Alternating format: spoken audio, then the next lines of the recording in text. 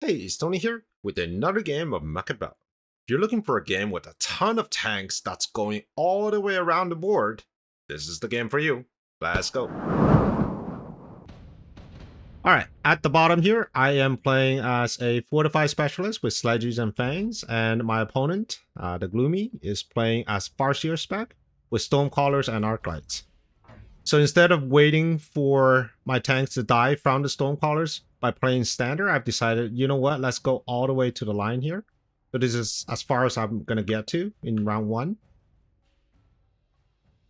I always expect the sledgehammers to be on the inside of the tower, which is why when you put down fangs, you want to put the fangs on the inside where your tanks are kind of off the tower. Very rarely, probably 1 out of 5 or 6, do we see players put their Stormcallers like right here, right? So this position right now is actually pretty good into Stormcallers. Everything will move. The Stormcaller will probably hit a few fangs, which means my sledgehammers will actually be more protected. And a slight advantage, which is this Arclight, is very minor because 2 of the other Arclights are more forward.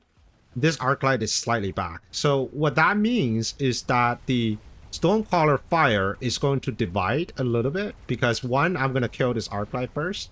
And then once I kill this Arclight, you see how my sledgehammer kind of split? And now the Stormcaller, after they get whatever they were targeting first, they're going to retarget at these much smaller groups of sledgehammers. And that's going to be way less efficient for my opponent. So I can actually win the first round, which is very rare when you run sledges and fans into Stormcallers.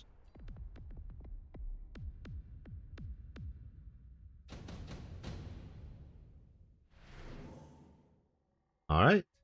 Mass-produced sledge is offered. I have to take the card, it's just too fun.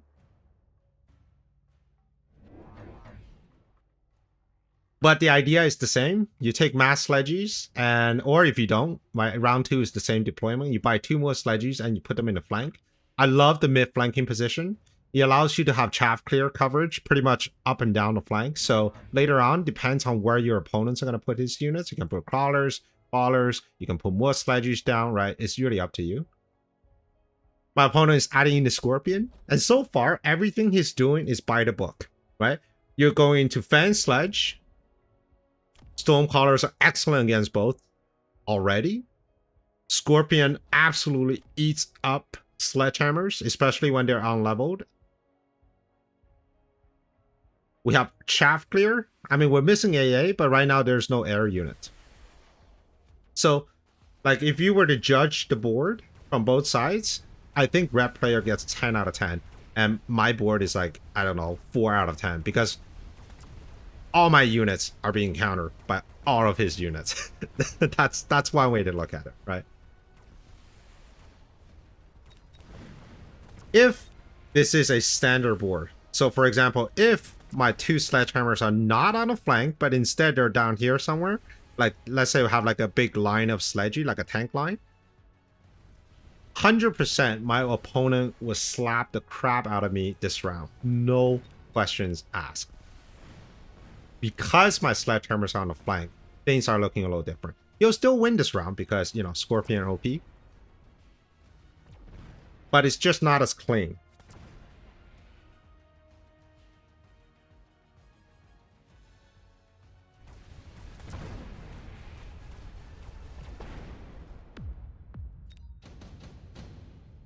Alright, we got cards again. Actually took mass-produced melting point because I thought that might be fun into the Scorpion. It's an answer. I don't know if it's the right answer. Melting points are actually not that great into aggro, I feel. They walk a little slow, and they require time to charge up, which means a lot of times you just need a unit gone very quickly, whereas the melting point just take a sweet time to charge up, and they're also 400, so it's very expensive. I don't like them in aggro. I much prefer steel balls, but steel balls is another unit that Scorpion directly counters, so it's a little risky. I took melting point sort of as a safety unit. All right, this round is going to be a bit more chaff, so I have crawlers here. Put down the melting point.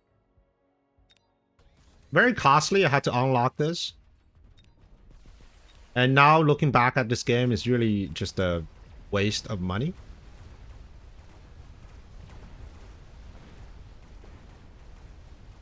Like, once again, everything on my opponent's board counters my stuff. Got one Scorpion, but it's just going to get bombarded to death by the Stormcallers.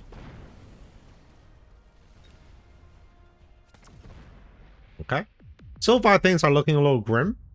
But this is where a single attack on the Sledgehammers can pretty much change the whole outcome of the game. Phoenix gets offered, gets instant grabbed by me. Mech Rage gets picked. More tanks are being added. Just level 1 tanks, right? Right now, these tanks are both chaff clear and also chaff into these Scorpions. All right. So we're going to start applying pressure on the right-hand side. We're going to put both of the Phoenixes here. Now we have 1, 2, 3, 4 Sledges. 5 if you count the one on the flank. And they're all shooting at the exact same thing. This Scorpion can defend one side, but it's not able to defend on all sides. And the Farseer, the Phoenix, right? These are two extremely valuable units that are used against Sledgehammers are now not participating in the front. Which means the Phoenix is, with the help of the melting point, is able to get the Scorpion. And since the Scorpion is the last unit in front of the tower, I'm going to get the tower.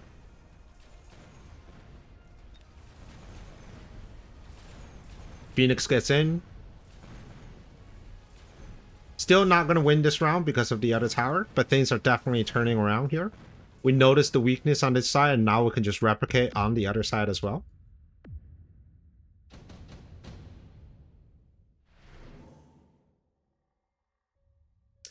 I took advanced aiming system. It is a very expensive card, 400 supplies.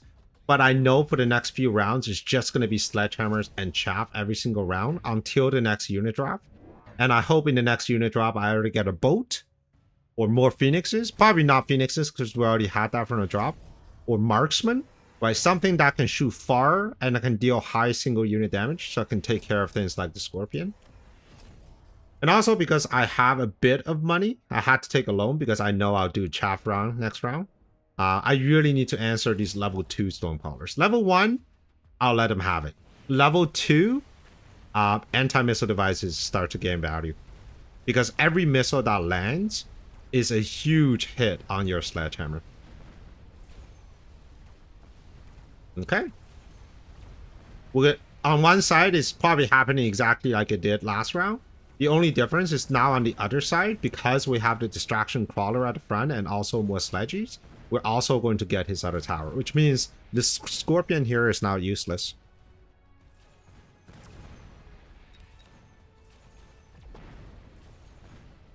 Alright, gonna move in, we're gonna mop up. Got Phoenixes here.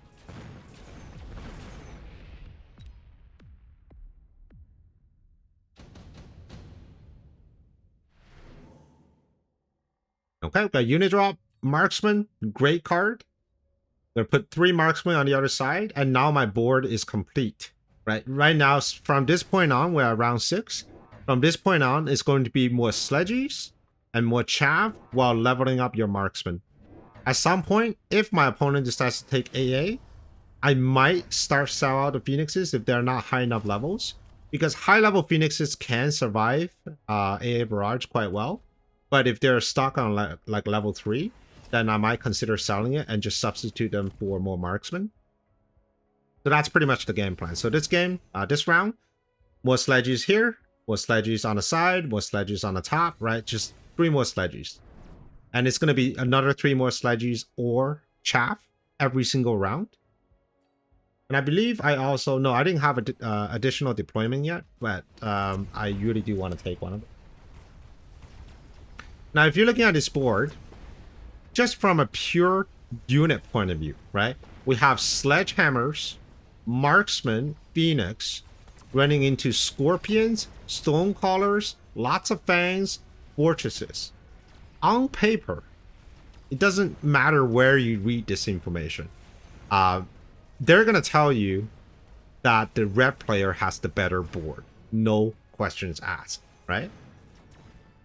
However, half of his army is not participating in what's going on at the front.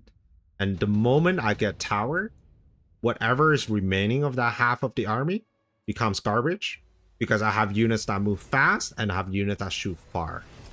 So here's the AA going into the Phoenix, immediately teching into elite, because these are all level 4, level 3, so there's really no point getting range. And besides, my tank only shoot at 105 meters, so my entire army is like a very short range army. It's like a gust shot, which is keep pumping it right there in your face.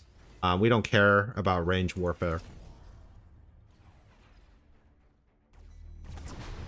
And look at the flanks here, right? Look how long these Phoenixes are not in this battle. If I click on a Phoenix, yes, it's doing 85,000 damage because eventually it gets to a proper target. But look at it, it's still getting to the flank, it's still getting to the flank. On the left-hand side, we've still got sledgehammers left over. This Scorpion is almost dead, which means I am now getting onto tower, which is now level 2. Get tower. Don't have a lot of unit left over on the other side, but that's okay. We still have sledges running over. And the Phoenixes are taking apart like pretty much all these larger units.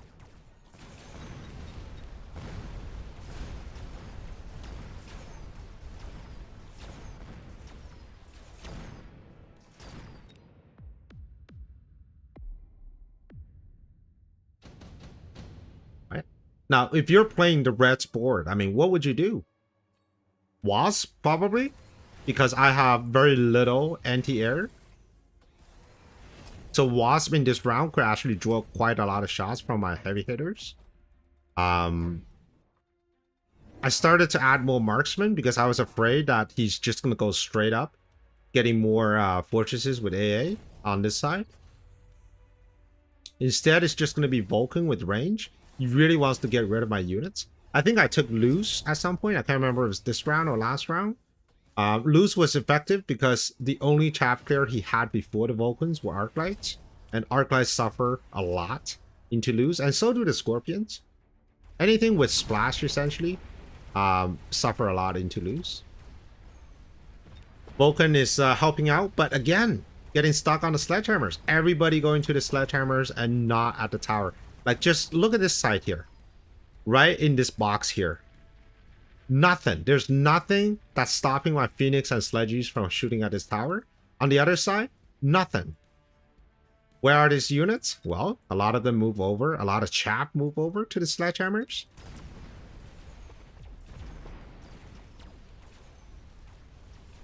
And we're going to get tower. I mean, we don't even need to get tower. This battle is over. He's got no units left.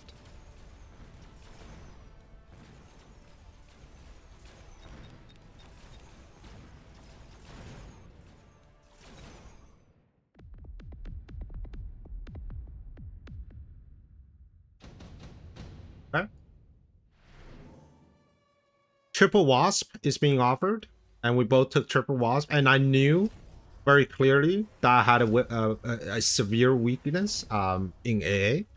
My opponent at least has these forts with AA barrage, but I have nothing. I have a few marksmen and a few Phoenixes. So I actually triple tech the Wasp, and then at this point, I just got so much money. Triple tech the Wasp with AA, with ground spec, with range, and just gonna roll everything over. Last round, he was just having problems with the sledges, so he actually didn't take AA. Instead, he was going for the ground spec. Ground spec is going to help the Wasp in killing my sledges. Well, let's watch it in slow motion.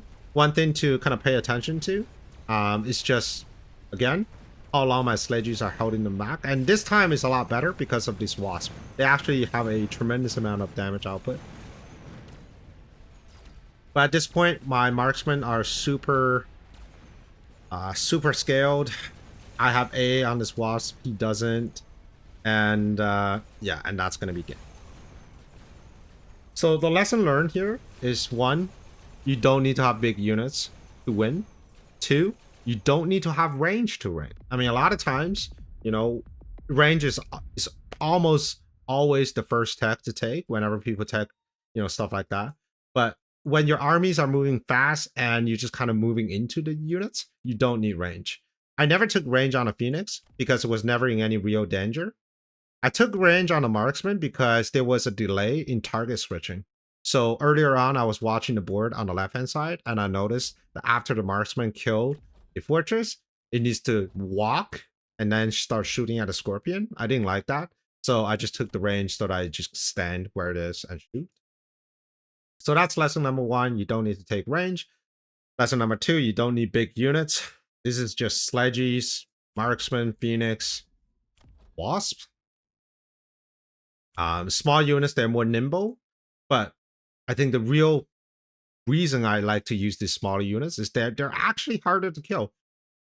When you have a giant, all you need to do is to get a melting point, and then that giant dies in about 4 seconds. A melting point cannot kill a squad of sledgehammers in 4 seconds. In fact, very few things, aside from a scorpion, like a direct shot from a scorpion, can actually kill a full squad of sledgehammers in 4 seconds. It would take 2 shots from scorpion, so that's 4.5 seconds times 2, that's 9 seconds.